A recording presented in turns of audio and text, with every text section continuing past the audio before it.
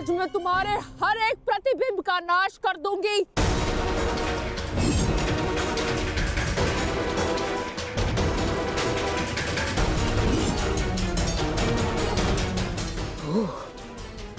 तो वो कथा सत्य थी जो अंबा गंगा पुत्र के संहार के लिए पुनर्जन्म लेगी।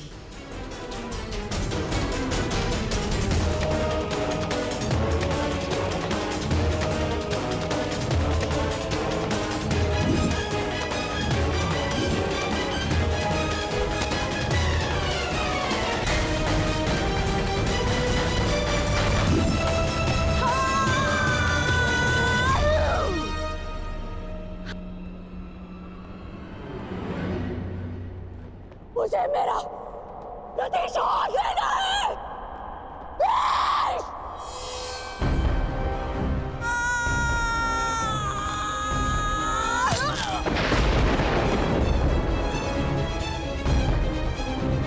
अब समय आ गया है,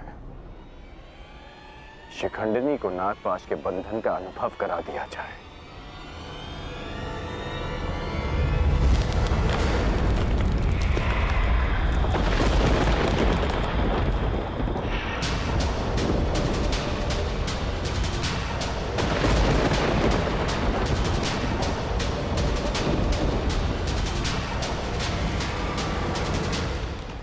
अंगराज, ये कैसा विघ्न है अंगराज? और अचानक ये जलवायु परिवर्तन कैसा?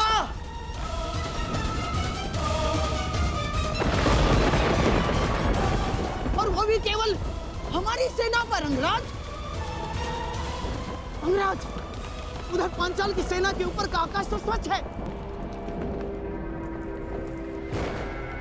अब ये किस शत्रु की माया है अंगराज? ये सब क्या हो रहा है सूर्यदेव?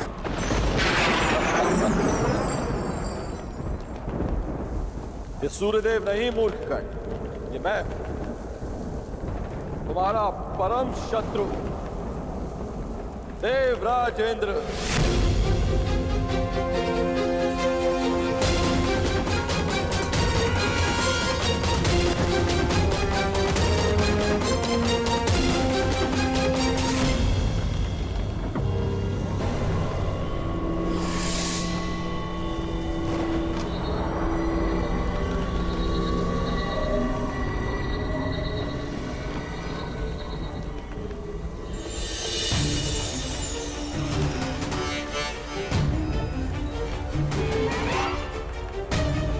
सूर्यदेव, ये आप क्या कर रहे हैं?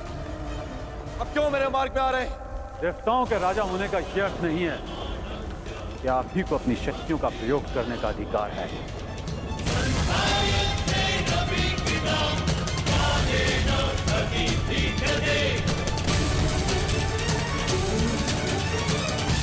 परंतु सूर्यदेव, आप क्यों मेरे मार्ग में आ रहे हैं? प्रश्न मेरा भी यही है, हस्तिनापुर की सेना पर आप अपना क्रोध क्यों जता रहे हैं?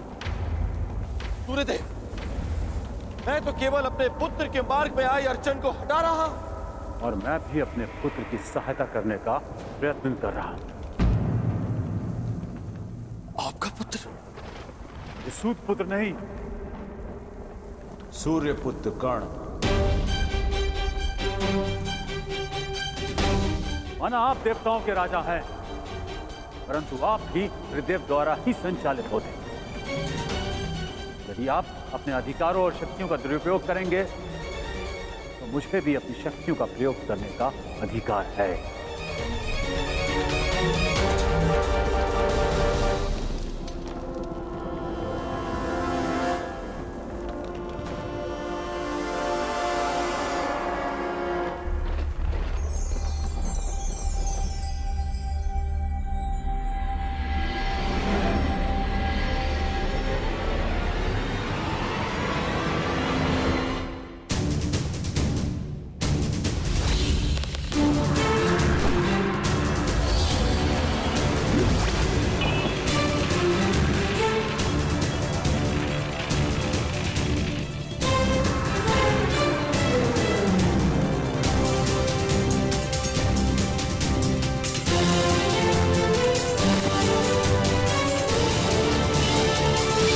गांधार नरेश, यदि अपने राज्य का विध्वंस नहीं चाहते हो तो अपनी पराजय स्वीकार करो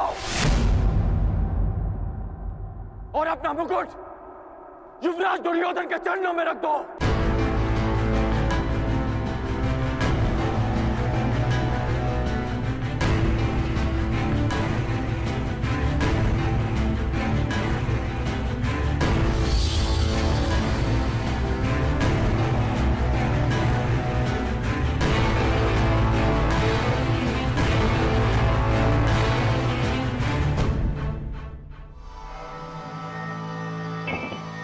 मामा श्री, आज इस विजय से मेरी उस पराजय के अपमान का दंश मेरे हृदय से निकल गया। जब मैं आचार्य द्रोण को उनकी गुरु दक्षिणा नहीं दे पाया था। मेरा सम्मान स्वीकार कीजिए वीरांगना। निश्चित रूप से आप एक महान योद्धा हैं। क्षमा कीजिएगा कि मुझे एक स्त्री को नागपाश में बांधना पड़ा। क्यों तुम पुरुषों को यह अभिमान है कि स्त्री केवल दया का पात्र है, कि वो दुर्बल है, कि वो केवल सृजन कर सकती है? एक स्त्री अगर चाहे तो संहार भी कर सकती है। शताब्दियों से यही तो चला आ रहा है, सम्मान की आड़ में स्त्री का अपमान। यदि आज तुमने ब्रह्मास्त्र का प्रयोग नहीं किया होता तो भीष्म को आना पड़ता, मेरा प्रतिशोध पूर्ण होता। परंतु एक दिन ऐसा आएगा अंगराज, जब भीष्म मेरे सामने खड़ा होगा और वहां ना तुम उसकी रक्षा कर सकोगे ना तुम्हारा ब्रह्मास्त्र। स्मरण रखना अंगराज, एक स्त्री का प्रेम अगर संसार रच सकता है तो उसकी क्रोध की अग्नि सब कुछ भस्म भी कर सकती है। स्मरण रखना, एक महायुद्ध होगा, महाविनाश होगा और उस विनाश को तुम भी नहीं रोक पाओगे।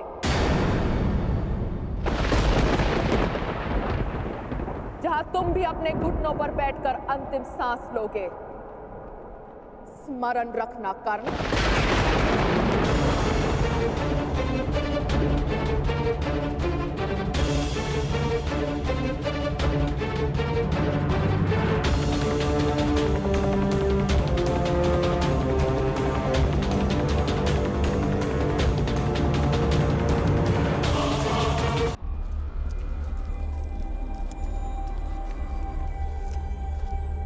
बड़ा भयंकर युद्ध था अंगराज।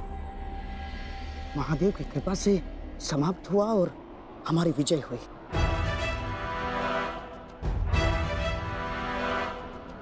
अभी कई युद्ध शेष हैं और कई विजय प्राप्त करनी है गांधार नरेश। हाँ। मैं इस दिग्विजय यात्रा को अंत तक अवश्य पहुंचाऊंगा।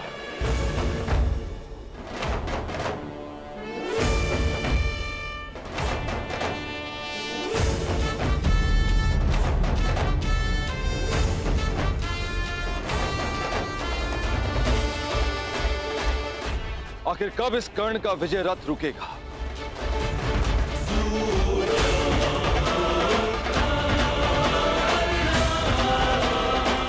अब तो मैं खुलकर कुछ कर भी नहीं सकता, कोई प्रहार नहीं कर सकता, क्योंकि तुरंत सूर्यदेव इसके समर्थन में आ जाएंगे। सूर्यपुत्र कर्ण,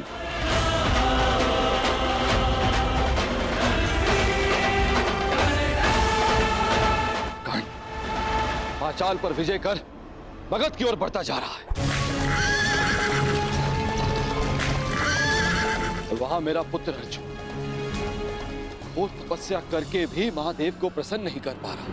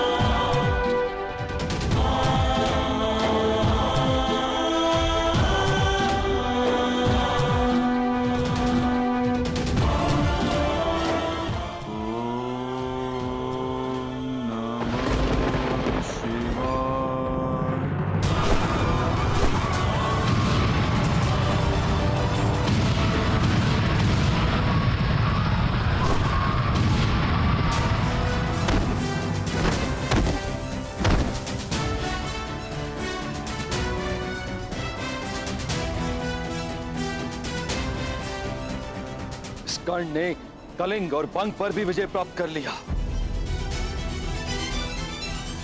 अधिक से अधिक शक्तिशाली होता जा रहा है ये कर्ण।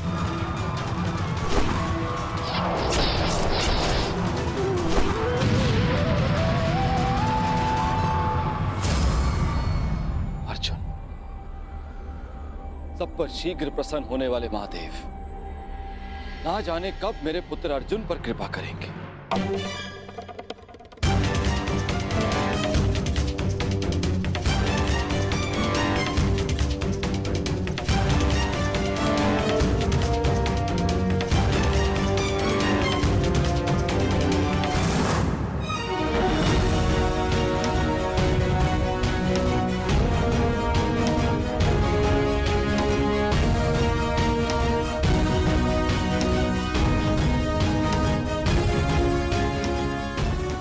वनवास के 10 वर्ष पूर्ण हो चुके।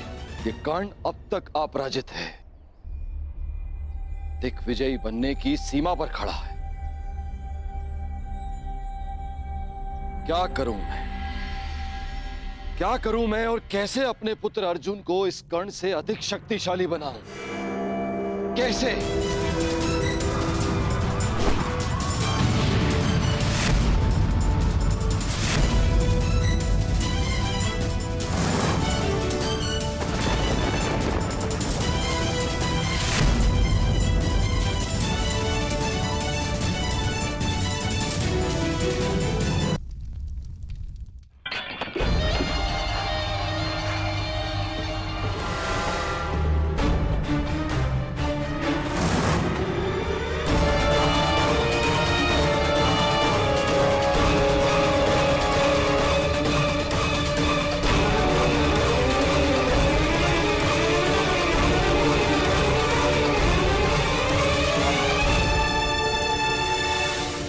बंग, छेदी, कलिंग, मगध, त्रिगद, मत्स्य, इन सब पर या तो विजय मिली है या इनसे संधि हुई है। युवराज, आपके चरणों में भारत के सारे राजाओं के मुकुट प्रस्तुत हैं। कुछ ने स्वेच्छा से दिए हैं और कुछ के शीश काट कर लाए गए हैं। असत्य भाषण तुम जैसे वीर पुरुष को शोभा नहीं देता अंगराज। अभी तक दिग्विजय संपन्न नहीं हुई है, क्योंकि इन मुकुटों में एक मुकुट तो है ही नहीं। उग्रसेन का मुकुट अंगराज। द्वारका अंगराज, द्वारका। अभी तक तुम्हारा द्वारका पर विजय पाना शेष है अंगराज, और द्वारका पर विजय पाए बिना मेरे सम्राट दुर्योधन की दिग्विजय अधूरी होगी अंगराज।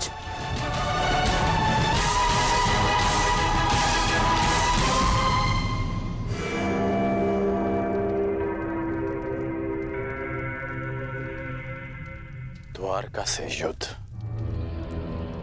यानी वासुदेव से द्वंद्व। क्या आप नरसंहार का प्रण लेकर हस्तिनापुर से निकले थे गांधार नरेश? रक्त की नदियां बह जाएंगी, परंतु वासुदेव और श्री बलराम को हराना असंभव है। लोग इन्हें यूं ही अवतार नहीं कहते। अवतार की कथा पे वो विश्वास करते हैं जो कृष्ण से भयभीत हो।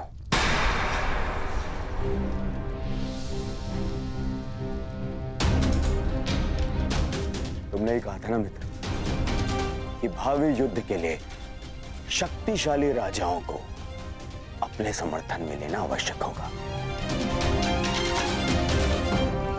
बिना द्वारका के ये कैसे संभव होगा मित्र? तुमने मेरे लिए दिग्विजय का वचन दिया है, क्या उसे पूर्ण नहीं करोगे मित्र? द्वारका का साथ अवश्य मिलेगा युवराज।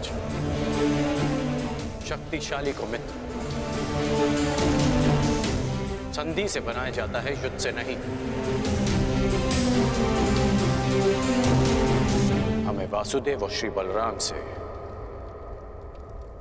संधि करनी होगी।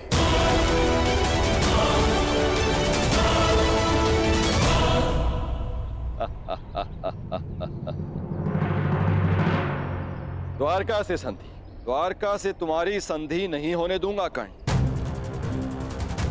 तुम्हारे विनाश का जो अवसर मैं खोज रहा था वो तुमने स्वयं मुझे दे दिया है।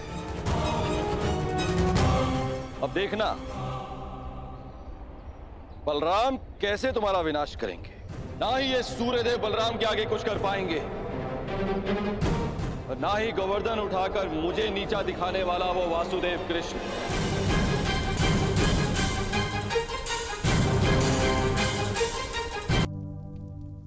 हस्तिनापुर के लिए कर्ण दिग्विजय पर निकला है। आवश्यक है कि वो एक दिन द्वारका अवश्य आएगा। आपने सोच भी कैसे लिया देवराज कि हस्तिनापुर की अधीनता हम स्वीकारेंगे? यदि हस्तिनापुर की सेना द्वारका के द्वार पर पहुंची तो मैं उन्हें यमलोक का द्वार दिखा दूंगा।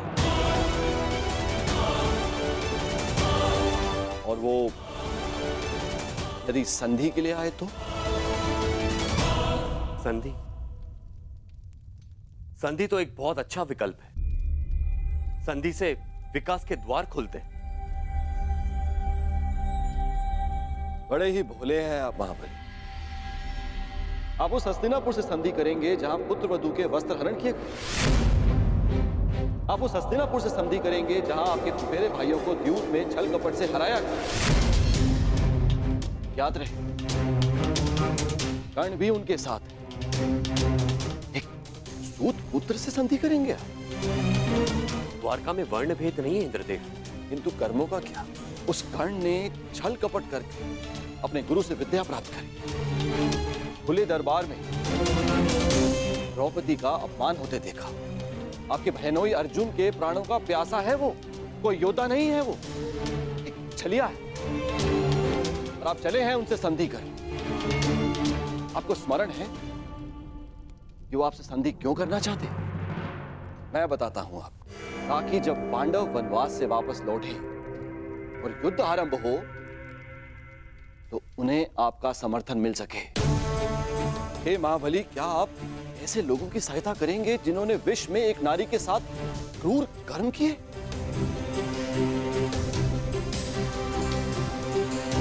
तो और क्या विकल्प हो सकता है इंद्रदेव?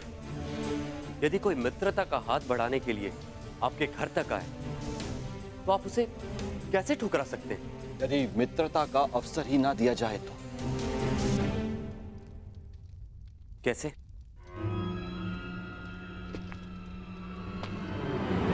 अश्वमेघ यज्ञ से। इससे पहले कि वो कर्ण द्वारका पहुंचे,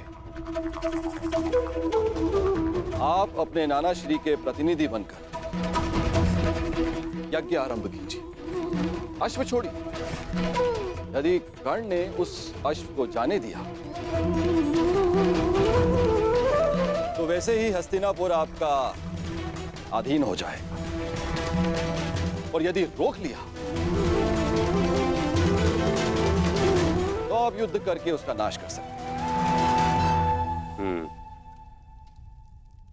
ये अच्छा विकल्प है।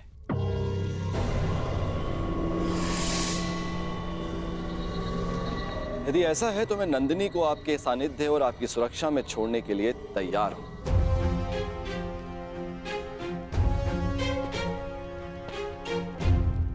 दाऊ,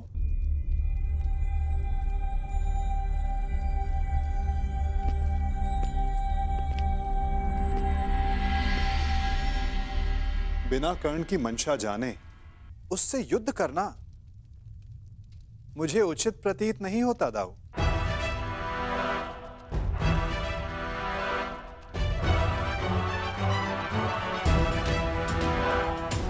मुझे ऐसा प्रतीत होता है कि आप नंदिनी की सुरक्षा करने में समर्थ नहीं।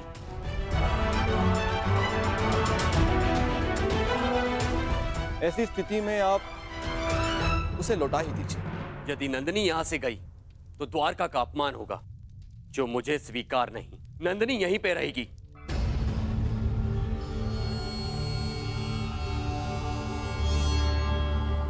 अश्वमेघ यज्ञ का आयोजन होगा कन्हैया। ये तुम्हारे ज्येष्ठ का आदेश है।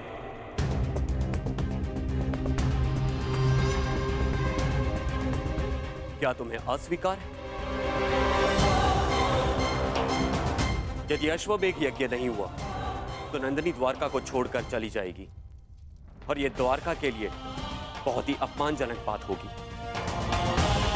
क्या यह स्वीकार है?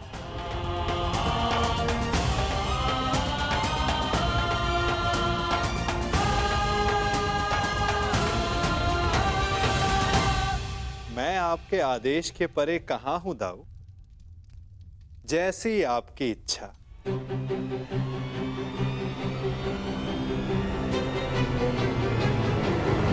तो ठीक है, यज्ञ के लिए उत्तम अश्व की व्यवस्था करो और पहले ही मुहूर्त में यज्ञ प्रारंभ होगा।